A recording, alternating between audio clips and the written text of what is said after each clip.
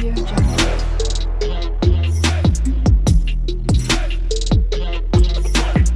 Audio Jungle.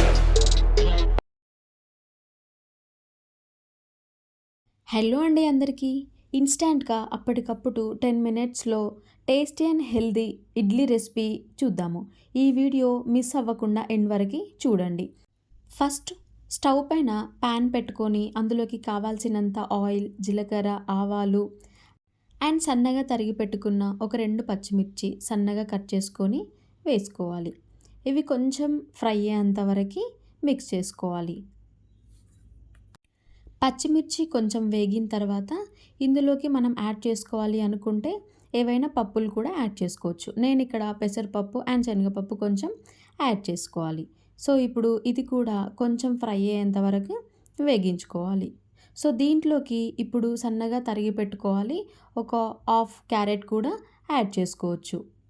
So carrot కూడా deep fry అయ్యేంత వరకు వేగించుకోవాలి.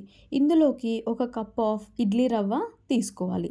సో దీంట్లోకి ఇడ్లీ రవ్వ వేసుకొని ఇది కూడా లో ఫ్లేమ్లో పెట్టుకొని ఒక 3 మినిట్స్ పాటు వేగించుకోవాలి. 3 మినిట్స్ లైట్గా వేయించుకున్న తర్వాత స్టవ్ ఆఫ్ చేసుకొని కలుపుతూనే ఉండాలి. సో ఇది మీరు పిల్లలకి ఫీడ్ చేయాలి అని అనుకుంటే పచ్చిమిర్చి మైనస్ చేసుకొని ఇందులోకి క్యారెట్, బీట్రూట్ ఇంకా డ్రై ఫ్రూట్స్ కూడా యాడ్ చేసుకొని హెల్దీ అండ్ టేస్టీ ఇడ్లీ పిల్లలకి ఫీడ్ చేయొచ్చు. సో ఇందులోకి ఇప్పుడు లైట్గా తరిగి పెట్టుకున్న కొత్తిమీర కూడా యాడ్ చేసుకోవాలి. సో ఇది చల్లగా అయిన తర్వాత దీంట్లోకి కావాల్సినంత సాల్ట్ అండ్ కొంచెం బేకింగ్ సోడా కూడా యాడ్ చేయాలి. 1 కప్ ఆఫ్ కర్డ్ అయితే యాడ్ చేయాలి. మనం తీసుకున్న రవ్వ ఏదైతే ఉంటుందో సో దాని క్వాంటిటీకి 1 కప్ కర్డ్ మెజర్ చేసుకొని తీసుకోవాలి. సో ఇప్పుడు ఇది మొత్తం కూడా మిక్స్ అయ్యేలాగా కలుపుకోవాలి. కర్డ్ మొత్తం కంప్లీట్గా మిక్స్ అయిపోయిన తర్వాత దీంట్లోకి కొంచెం కొంచెం వాటర్ యాడ్ చేస్తూ మనకి కావాల్సిన బ్యాటర్ లాగా కలుపుకోవాలి. మనం ఇడ్లీ చేసినప్పుడు ఎలా కలుపుతామో సో ఇప్పుడు కూడా ఈ బ్యాటర్ని కూడా మనము అలానే కలుపుకోవాలి.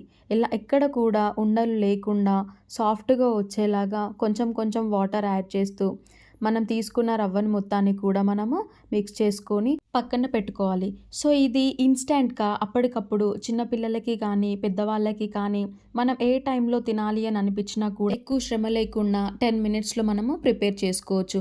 అండ్ హెల్త్కి కూడా ఇది మంచిది. సో దీన్ని ఇప్పుడు ఒక 10 మినిట్స్ పాటు మూత పెట్టుకొని పక్కన పెట్టేయాలి.